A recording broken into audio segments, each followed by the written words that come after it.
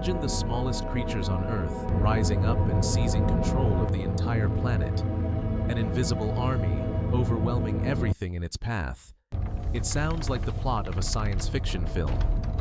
But here's the truth that should stop you cold. It isn't fiction, and it isn't a warning about the future. The takeover already happened, billions of years ago, and it has never ended. You are not living in a human world that occasionally battles microbes. You are living in a microbial world that, for a brief and fragile moment, happens to have room for you. And once you see who's really in charge of this planet, you can't unsee it. Settle in. But first, tell me in the comments which city you're ruling from tonight. I genuinely love mapping out where this channel reaches. And who would you crown the true ruler of Earth? If seeing the world from the bottom up is what you're here for, subscribe to stay with us. And a quick like helps the algorithm share this with more people. Start with the raw scale of their dominion, because it's almost impossible to overstate. Microbes are the most abundant living things on Earth, by an incomprehensible margin. They fill every ocean, from the sunlit surface to the crushing dark of the deepest trench. They saturate the soil under every step you take. They live miles down inside solid rock, in boiling springs, in frozen ice, in pools of acid. Their combined weight dwarfs that of all animals that have ever lived. By number, mass, range, endurance, this is their planet. The takeover isn't coming. It's the baseline. But the most dramatic takeovers happen up close, on a scale you can feel. Consider your own body. Right now, you exist in a careful truce with the trillions of microbes living on and inside you, held in balance by your immune system. But that balance is fragile. Let a single species find an opening, a wound, a weakened defense, and it can explode in number with terrifying speed. That's what an infection truly is, a local takeover, a population surging out of control. The same creatures that live with you in peace can, in the right conditions, conquer you in days. Now lift your eyes to the open ocean, where the smallest creatures stage takeovers visible from space. Give them warmth, sunlight, and a flood of nutrients, and a single species of microscopic algae can multiply into untold billions almost overnight. An event called a bloom.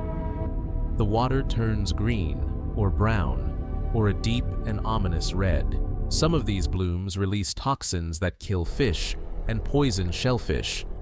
And when the bloom dies and decays, it can strip the water of oxygen entirely, leaving vast dead zones where almost nothing survives.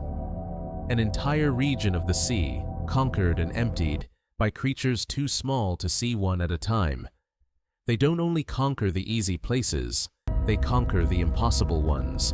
We call them Extremophiles, and they thrive exactly where all other life fails, in the scalding water of deep sea vents, in pools of acid, in the cooling pools of nuclear reactors, kilometers underground in solid rock with no sunlight at all. Wherever there's the faintest possibility of life, they've already arrived and taken hold. And there's one takeover that comes for every living thing, without exception. When any creature dies, a fish, a tree, a human being, the microbes move in.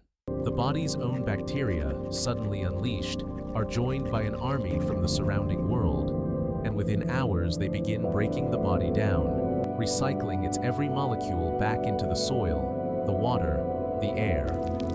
It sounds grim, but without this final takeover, the dead would never decay. Their nutrients would be locked away forever, and life would grind to a halt, buried under its own remains. The conquerors are also the recyclers. So what holds these relentless conquerors in check? Why hasn't one species consumed the entire planet? Because the microbial world is locked in endless war with itself.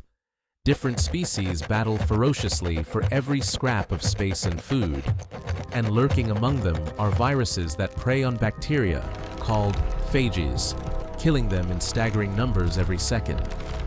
The balance that protects us isn't peace, It's a war so vast and constant that it holds itself in check. And here's the most humbling truth of all. Microbes were the first life on Earth, ruling alone for billions of years, and they will almost certainly be the last.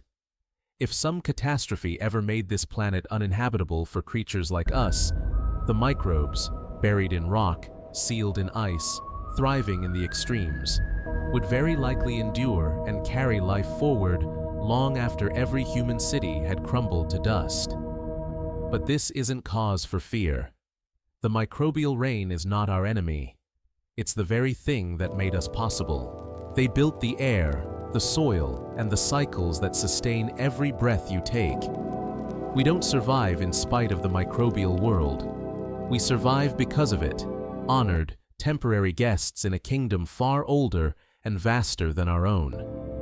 To understand that the smallest creatures rule the earth isn't to lose our place in it. It's finally to see it clearly.